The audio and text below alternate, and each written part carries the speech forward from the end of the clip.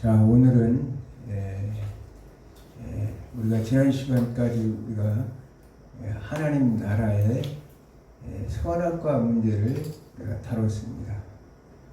하나님께서는 하나님 나라를 세우셨죠. 하나님 나라를 세우셨고 그 만물을 통해서 그 세우신 가운데 가장 창조의 꽃이라고 하는 인간을 통해서 하나님 나라를 통치할 수 있는 통치 권한을 부여해 주셨습니다. 그리하고 또 하나님께서는 그리했으면 그 하나님 나라를 세워나가는 데는 공동체이기 때문에 반드시 법이 있어야 된다는 거예요. 그래서 하나님 나라는 그 법을 할 수 있도록 하나님께서는 사람에게 선악을 알게 하는 나무 열매를 먹지 말라 함으로 인해서 하나님께서 율법을 수행했던 것을 봅니다. 그래서 그 하나님께서 주신 말씀을 최초의 사람들이 그것을 순종하고 이제 그것을 따르느냐에 따라서 그 인류의 그 앞으로 모든 필요세에는 방향이 정해진다는 사실입니다.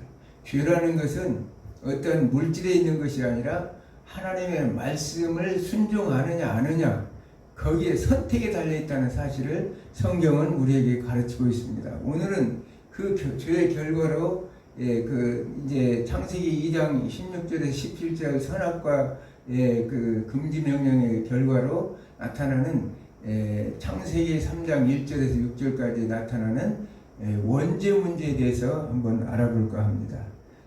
창세기 저자는 오늘 이 창세기 3장 1절에서 6절을 한번 읽어보겠습니다. 창세기 3장 1절에서 6절. 그런데 뱀은 여호와 하나님이 지으신 들짐승 중에 가장 강교하느니라. 뱀이 여자에게 물어가 이르되 하나님이 참으로 너희에게 동산 모든 나무의 열매를 먹지 말라 하시더냐.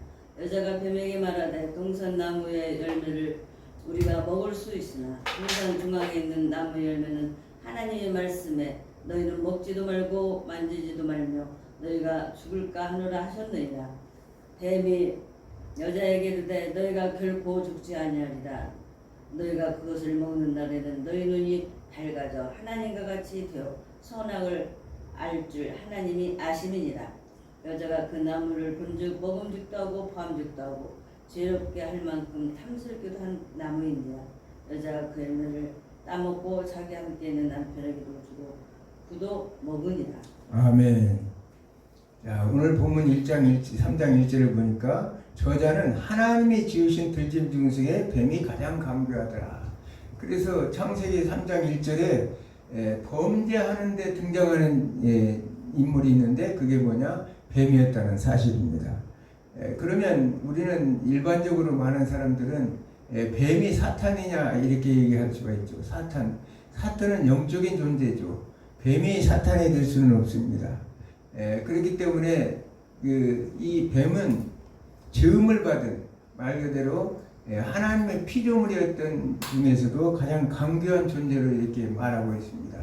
어떤 사람들은 그래서 이제 성경은 수없이 이 고대 사회에 나타난 모든 내용들을 보면 뱀에 대해서 사탄의 상징으로 이렇게 표현하고 있는 거지 사탄 자체가 물질이 아니기 때문에 사탄은 어떤 존재입니까? 영적인 존재이기 때문에 그 사탄이 뱀에게 그 매개체로 들어가서 뱀을 통해서 사람을 유혹한 것이지 결코적으로 뱀이 사탄이지는 아니라는 사실을 우리는 알 수 있어요. 오늘날 시대에 만약 뱀이 사탄이라고 하면 사람들은 믿지 않을 것입니다. 그러나 고대 근동사회의 이 문화적 배경으로 봤을 때 뱀 하면 우리를 가장 괴롭히고 이 사람들의 생각으로 가장 흉측한 짐승으로 생각해서 그걸 대적자, 사탄이라는 단어는 대적자라는 뜻이죠.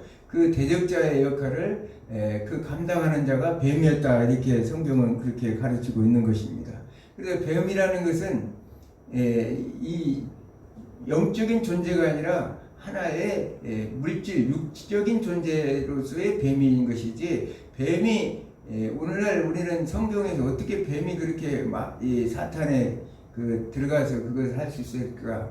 하지만 우리는 성경에도 민수기 22장에도 보면 하나님께서 그 당나귀를 통해서 말을 시키는 것을 봅니다. 그리고 요한계시록 13장 15절을 보면 그 우상, 짐승의 우상을 만들어서 거기에 생기를 부어서 말을 할 수 있도록, 이 생기라는 것은 푸뉴마예요. 우리가 푸뉴마라는 것은 영이죠. 보통 이 영과 혼과 육할 때 푸뉴마, 푸시케, 또 바디 이렇게 우리가 이 3분절로 이렇게 표현했을 때 그 푸뉴마가 생기입니다. 그 생기를 집어넣어서 그러면 결국은 이 사탄도 우리가 예수님께서 이제 이 귀신을 쫓아낼 때, 군대 귀신을 쫓아낼 때, 그 군대 귀신을 쫓아낼 때 예수님께서 명령해서 저 돼지 속으로 들어가라 이렇게 명령해서 그 군대 귀신들이 돼지에 들어가서 바닷가에 들어가가지고 몰살했던 사건을 우리가 알 수 있습니다. 얼마든지 악한 영들이 그 물체 안에 들어가가지고 그것을 일을 행할 수 있다는 사실을 알 수 있어요. 오늘도 우리도 마찬가지로 사탄이 우리 안에 와서 정말 내 중국 목사님 왔는데 얼마 전에 자기는 귀신에 들려있다가 이제 회복됐다 그런 얘기를 하더라고요. 뭐냐, 사람 안에도 악한 영, 귀신이, 사탄이 들어갈 수 있다는 사실을 성경은 우리가 말하고 있습니다. 그러니까 여기 뱀이라는 이 존재 자체가 뱀이 마귀가 아니고 뱀은 하나의 파충류일 뿐이지 결국은 파탄이 될 수는 없다는 거예요. 왜 이렇게 하느냐? 그 당시에 고대 사회에서 뱀이라는 이 존재라는 것은 그만큼 흉측한 존재였기 때문에 그렇게 설명을 하고 있다는 사실입니다. 고대 아시아 근동사에서는 뱀에 대해서는 생명과 치료의 지혜의 상징으로 이제 했는데 가나안 종교에서는 뱀을 바알로 숭배하고 있다는 사실입니다. 레위기 11장과 신명기 14장에서도 뱀은 아주 부정한 동물로 이렇게 표현하고 있어요. 그래서 구약의 동물 상징법에 따르면 뱀은 가장 비정상적이며 하나님에 대한 적대 세력으로 사용되기에 적합한 그런 동물이었기 때문에 아마 성경 기자가 창세기를 기록할 당시에는 가나안 출애굽 그 과정 속에서 이루어졌기 때문에 고대 사회 근동사의 그런 문화라든지 배경을 무시하지 않았을 것이라는 생각을 가져보는 것입니다. 그러면 사탄의 정체는 뭐냐? 우리는 베드로전서 2장 4절에 보면 하나님이 범죄한 천사들을 용서하지 아니하고 지옥에 던지 어두운 구덩이에 두고 심판 때까지 지키게 하셨으며 이렇게 말하는 걸로서 베드로서 후서의 말은 범죄한 천사들이라고 이렇게 말하고 있습니다. 유다서 6절에서는 또 자기 지위를 지키지 아니하고 자기 처소를 떠난 천사들이라 이렇게 설명함으로 인해서 이 사탄이라는 것은 타락하고 범죄한 자기 주의를 지키지 아니하고 자기를 처소를 떠난 범죄한 천사들이라고 신약성경은 가르치고 있다는 거예요.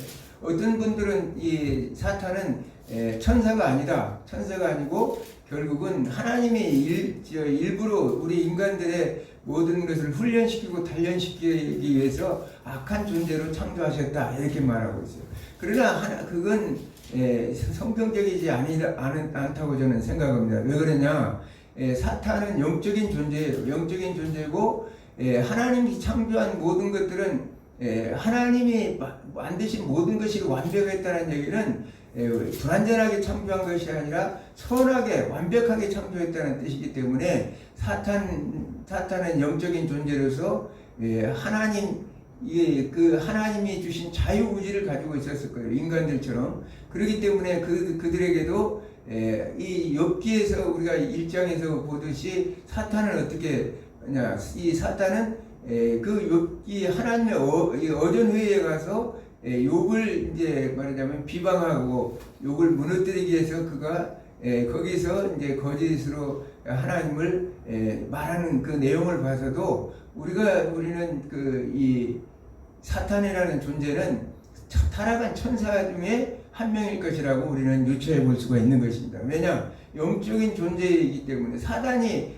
예를 들어서 그렇게 됐다면 어떤 성경에 근거가 없죠. 지금 사탄이라는 존재는 항상 우리의 적대자로 우리에 나타나고 있기 때문에 다양한 방법으로 성경은 기록하고 있죠. 그래서 어떤 때는 막 디아블로로 해서 참소하는 자, 또는 이 사람을 속이는 자, 이런 다양한 걸로 말하고 있습니다. 우리가 잘 아는 요한복음 8장 44절 말씀처럼 사탄은 거짓의 아비로 이렇게 기록하고 있죠. 그렇게 하듯이 사탄이라는 존재는 반드시 하나님의 그 모든 피조물 중에서 사탄은 당연하게 피조물입니다. 왜냐하면 창세기 2장 1절의 만물 안에는 이 하늘에 있는 것이나 땅에 있는 것, 하늘에 이제 천사나 영적인 존재인 천사들, 이런 것도 콜 체바함이라는 그 히브리어 단어를 보면 그 안에는 그런 뜻이 다 들어있어요. 만물이라는 건 군대라고 얘기했죠. 체바라는 뜻은 군대라. 그런데 모든 군대인데 어떤 뜻이냐? 하늘에 있는 영적인 존재나 땅에 있는 이렇게 또 천체에 있는 하늘과 별과 달과 같은 천체나 또 땅에 있는 모든 것은 피조물이기 때문에 그게 다 만물이에요. 그래서 하나님께서는 천사들도 하나님이 지으신 피조물이라는 사실을 우리가 알 수 있어요. 또 하나님께서 피조물이라는 사실을 또 알 수 있는 건 뭐냐? 이 천사들, 이 마귀 사탄이 범죄한 천사라고 한다면 그가 피조물이라는 사실이라는 것은 우리가 요한계시록 20장 10절에 보면 그가 이제 무저항의 불못에 들어가는 마지막 심판 때 불못에 들어가는 사건을 봐서 우리는 알 수 있어요. 왜? 모든 피조물은 하나님의 피조물과 피조물이라는 것은 시간과 공간에 제한을 받는 것을 피조물이라고 그러죠.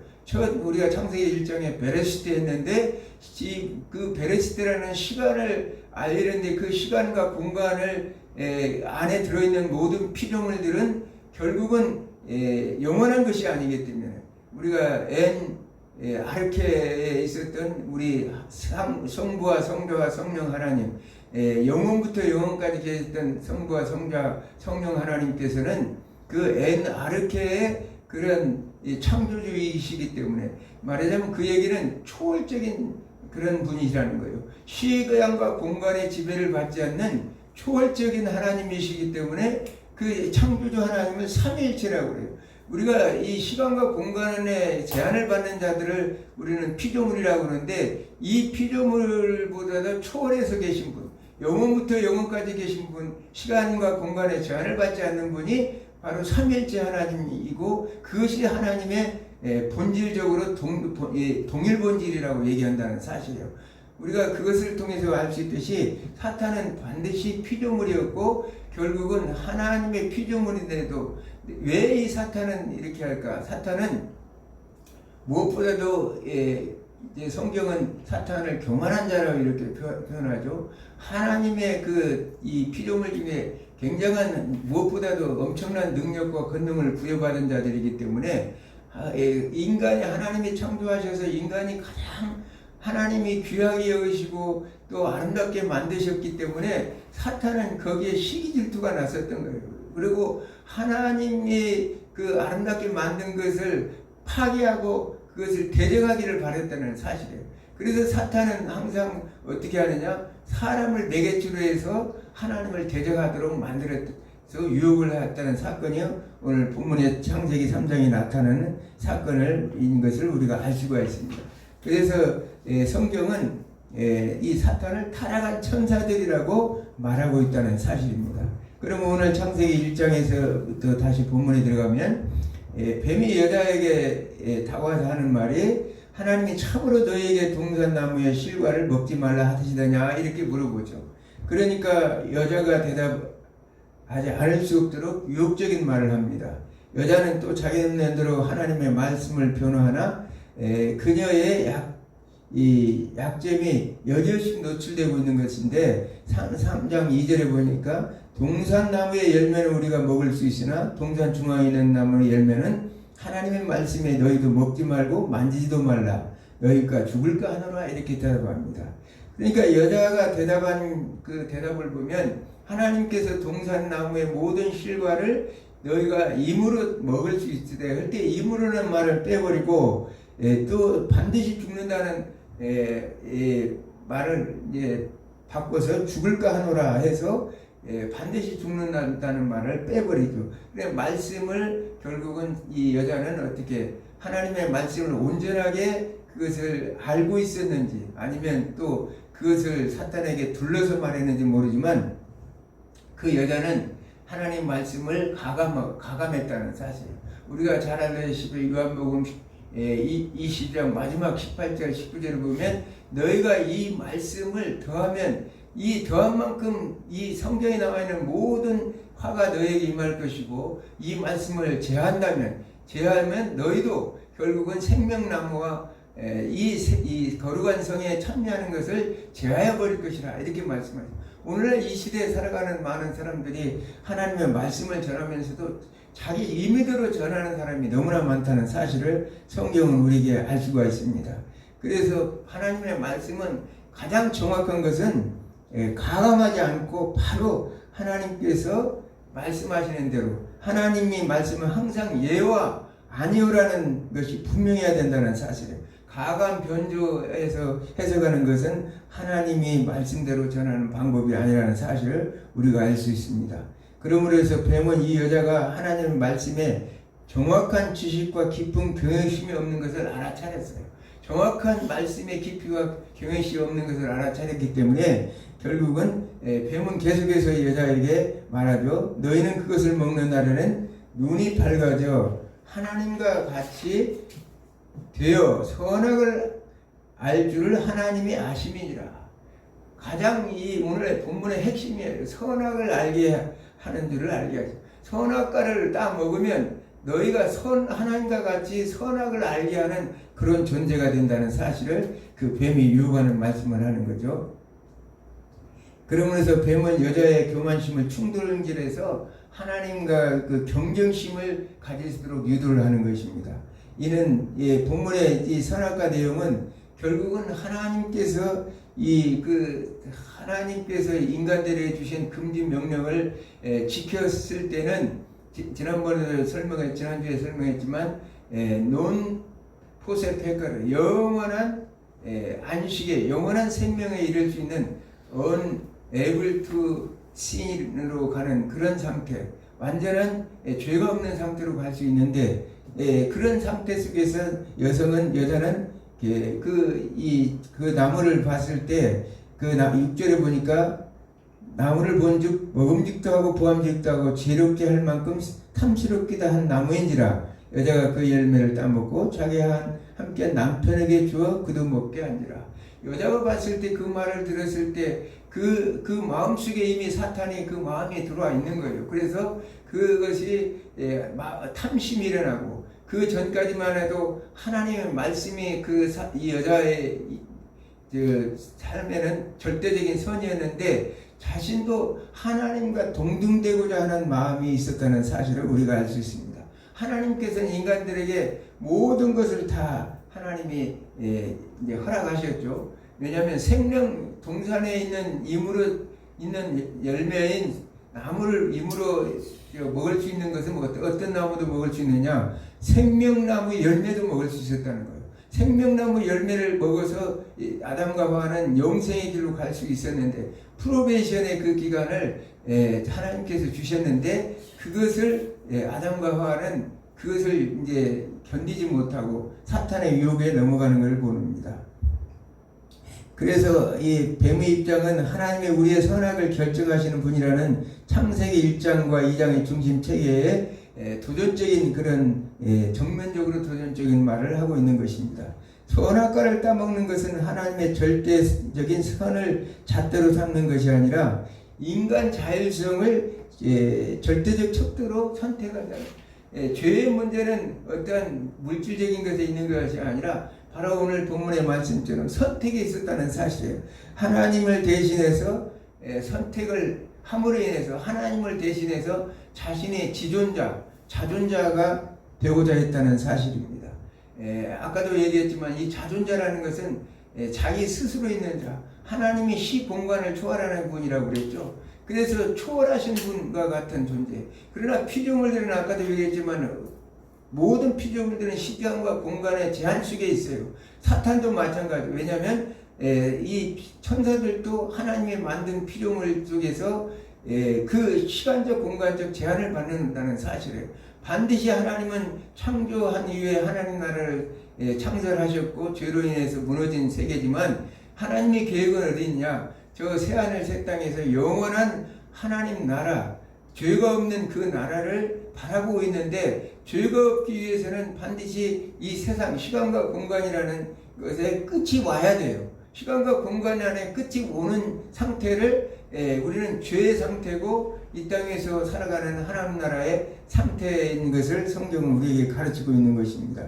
그러므로 인해서 자신은 하나님과 동등되고자 하는 자존자, 자기신지 인간이 지금 오늘날도 보면 자기들 스스로가 우리 인간이 지금 신이 되어 있는 상태죠. 내 스스로가 내가 생각하는 것, 내가 말하는 것이 바로 절대적인 권위와 신적 능력을 가지고 있다고 생각하는 것이 오늘날 시대에 살아가는 사람들의 모습과 흡사하다는 사실. 아담과 하와가 범죄하면서 그들은 하나님과 동등되고자 하는 그런 존재로 그들은 바뀌었다는 사실입니다. 그러므로 인해서 그동안 모든 것들이 하나님의 말씀이 절대적인 선이었는데 그들은 그 선악과를 따먹으로 해서 절대적인 선을 이제 벗어났다는 사실이에요. 그래서 하나님이 창조한 세계는 모든 것이 선한 것입니다. 사실 하나님은 원래부터 인간이나 사탄에게 자유의지를 준 것은 하나님이 불완전하게 창조하셨기 때문에 그런 게 아니라 완벽하게 창조되고 하나님의 인격적인 하나님이기 때문에 그들에게 자유의지를 줘서 선택할 수 있는 기회를 줬다는 사실이에요. 그런데 우리 인간들이 그것을 하지 않았다는 거예요. 하나님의 모든 창조는 모든 것이 다 선이에요.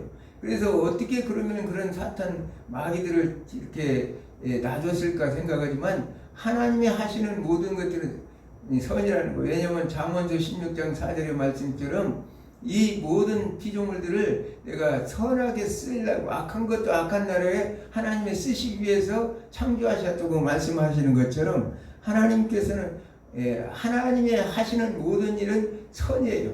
그렇기 때문에 우리가 신명기 2장 34절에 보면 그의 각 성의 남녀와 여와 함께 하나도 남기지 않냐고 진멸하였고 이렇게 말하는 거 보면 하나님의 그 어떤 죄와 관련된 것은 어린 아이까지라도 진멸하도록 만드는 것이 하나님의 선이었다는 사실.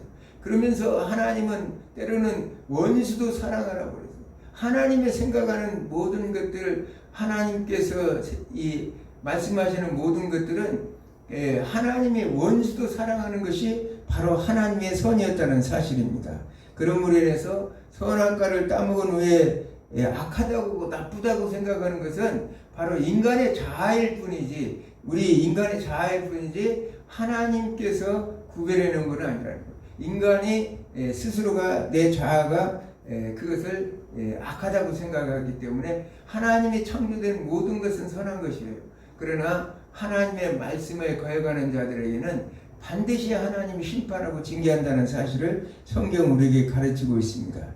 그러므로 선악과를 따먹은 난 인간만이 자기를 위해서 판단하게 자기의 색깔을 쓴 자기가 안경을 썼는데 자기 색깔만의 안경을 썼다는 거예요. 내가 보는 것이 바로 선이라고 생각했다는 사실이에요. 그래서 우리는 하나님의 눈을 떼야 돼요. 하나님을 바라볼 시력을 이 눈이 밝아졌다 이렇게 해서 시력이 밝아진 게 아니라 시력을 상실하게 되는 타락함으로 시력을 하나님의 볼 수 있는 하나님을 볼 수 있는 눈이 상실해 버린 것이 바로 선악과 사건이라는 사실을 성경은 우리에게 말하고 있습니다. 그러므로 창세기 3장 1절에 6절에 나타난 죄의 기원을 보면 하나님의 말씀을 의심하죠. 처음으로 말씀을 의심하고 인간의 이성으로 재해석을 해요. 이 인간의 이성으로서 재해석을 하고 그 말에 신적 권위를 멸시해요. 하나님께서 반드시 죽는다 하는데 죽을까 하나로와 이렇게 함으로 인해서 하나님의 신적 권위를 멸시하고 자기 생각을 주장함으로 해서 교만해져서 독자적인 세계를 추구하여 하나님 앞에 불순종하는 거죠. 죄라는 것은 하나님의 정치적 성질이 있다고 했죠. 왜냐하면 독자적인 세계를 구축해서 사탄이 그 이유는 뭐냐? 사탄이 인간을 통해서 하나님의 독자적인 세계를 구축해서 하나님 앞에 대항하기 위해서, 하나님께서 그게 바로 이제 죄의 기원이었다는 사실이에요. 오늘날도 마찬가지. 오늘날 우리가 얼마나 하나님의 대적하는 일들을 많이 합니까? 오늘날 이 시대에도 죄로 가득 차 있기 때문에 하나님께서 하시는 그것을 대항해서 절대적인 그런 것에서 하기 위해서 하는 것을 우리는 보는 것입니다. 그러므로 인해서 인류 역사를 보면 아담과 하와는 유혹을 받고 그들을 자유의지로 하나님을 범하여 범죄하고 타락하면서 이 모든 것들을 상실했던 것입니다. 우리는 하나님의 주권적인 말씀의 통치에 순종하여 살던 아담과 하와가 이제는 자기의 이성을 판단의 궁극적인 표준으로 삼았다. 하나님의 말씀이 표준이 아니라 자기 이성을 하나님의 표준으로 삼았다는 것이죠. 그러므로 인해서 세상을 바라보는 인간의 눈이 세상을 바라보는 눈이 달라졌죠. 우리가 그것을 계몽이라고 인라이트먼트라고 그러죠. 인라이트먼트 계몽.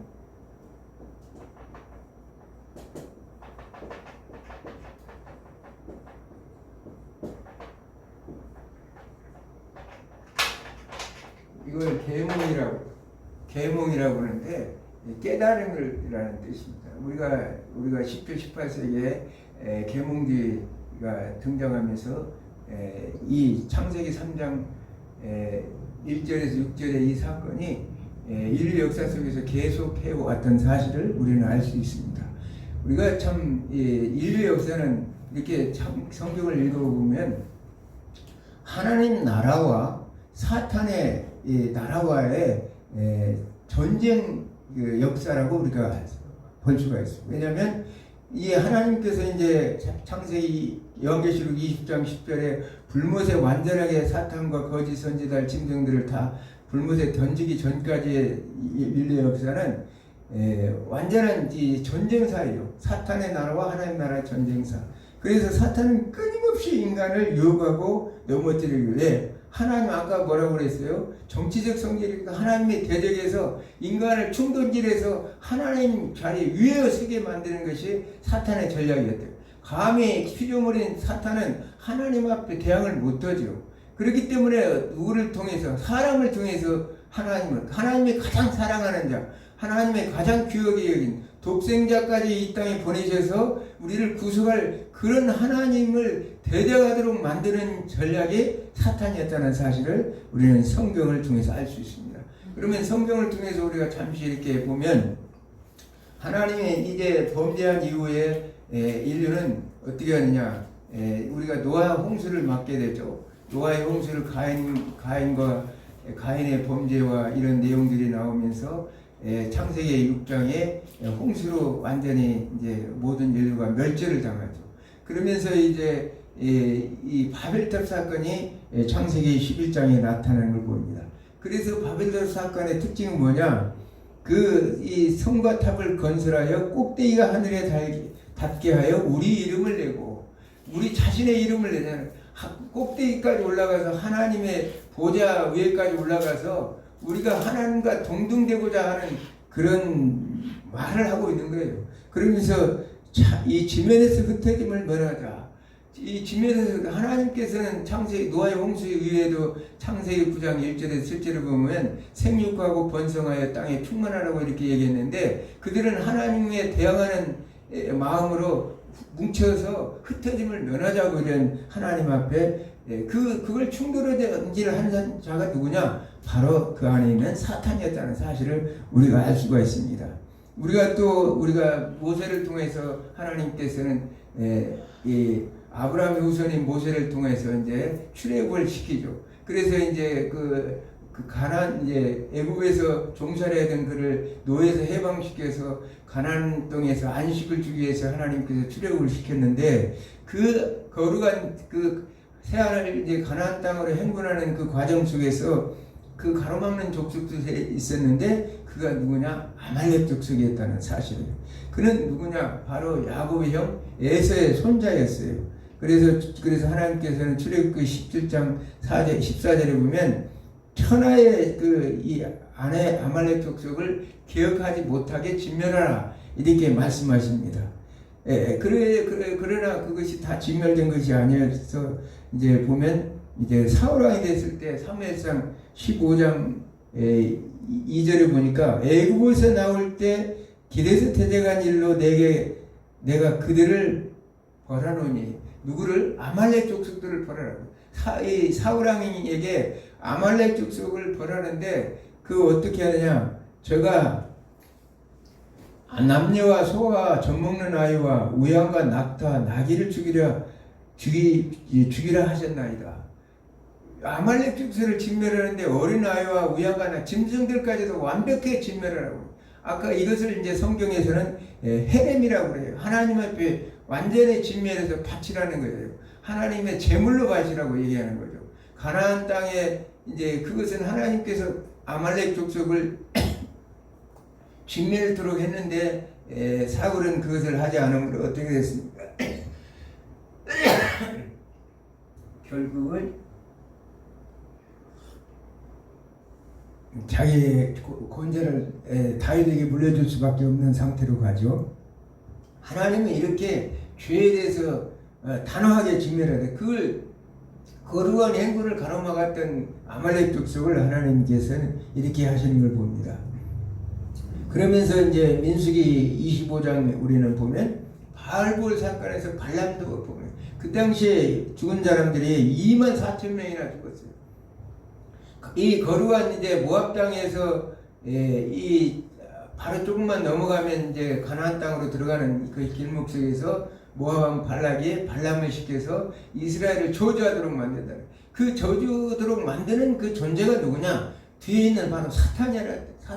사탄이 충동질해서 이스라엘의 그 가나안 땅 진군을 하지 못하도록 막는 존재가 누구냐? 바로 바알볼 사건이었다는 사실. 이토록 사탄은 끈질긴 존재였다는 사실을 우리가 알 수 있습니다. 그러면서 이제 이스라엘의 멸망해서 바벨론 포로에 갔을 때 포로 시기에 우리는 너무나 잘 아는 그 에스더와 모르드게 또한 거기에 하만이라는 존재가 있어요. 이 하만이라는 존재가 누구냐? 바로 아말렉 사람 아각 사람의 후손이었다는 거예요. 아각 사람이 바로 아까 얘기한 아말렉 족속은 에서의 손자였죠. 에서의 후손이 바로 그러니까 이 사탄의 세력들은 이 죄를 뿌리까지 내린 그 죄의 그 족속들을 사탄이 조종해서 끝까지 하나님의 백성들을 대적해서 그렇지 않았으면 만약에 이 에스더 사건을 통해서 모르드게에 의해서 하만에 의해서 이스라엘 전 민족은 디아스포라 유대인들이 전멸할 수밖에 없는 위기 상황에서 죽으면 죽으리라는 그 믿음을 통해 에스더의 기도를 통해서 하나님이 들으시고 이스라엘 구원한 사건을 우리는 알 수 있습니다. 사탄을 이렇게 끈질기게 한다는 사실이에요. 그러면서 이제 예수님께서는 이제 그 사탄은 어디까지 내려오냐? 예수님께서 이 땅에서 태어나서 헤롯에 의해서 2살 밑에는 다 죽이도록 이렇게 명령을 받죠. 헤롯이 바로 누구냐? 바로 에돔 족속이었다는 거예요. 아까 얘기했던 에서의 후손인 에돔 족속의 자손이 바로. 그러니 얼마나 죄가 뿌리끼기까지 사탄은 끈질기게 하나님의 백 예수님까지도 죽이려고 생각했으니까.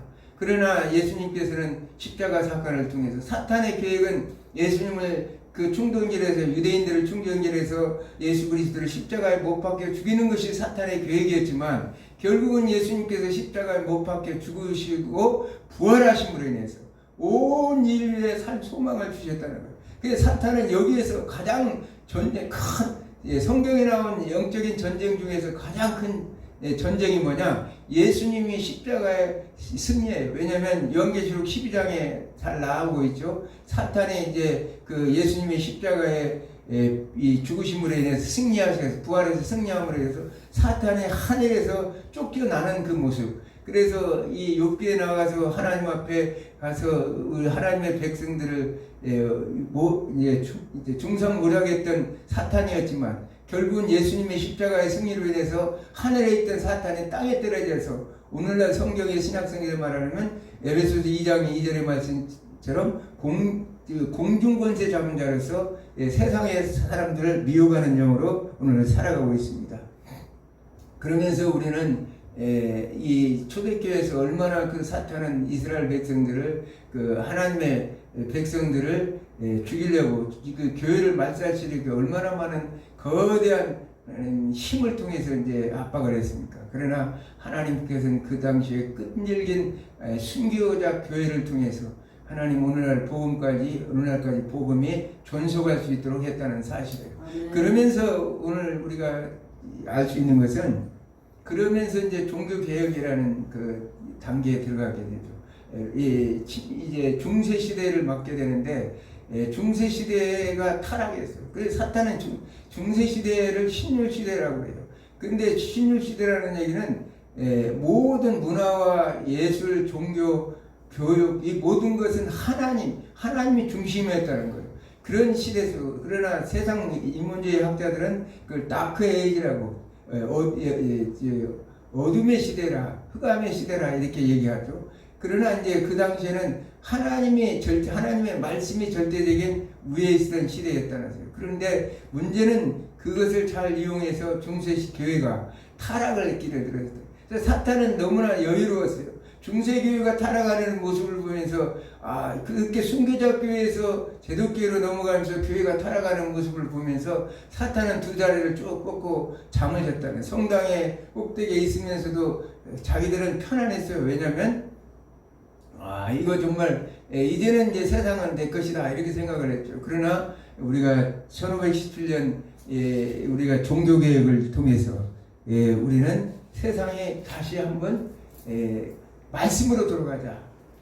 다시 이제 모든 사람들은 하나님의 말씀의 중심으로 다시 이제 하나님의 절대선을 찾아서 이제 돌아가기를 했다는 사실. 그때 깜짝 놀라서 사탄의 그 지배를 받던 중세 로만 가톨릭은 종교 전쟁을 일으켜요.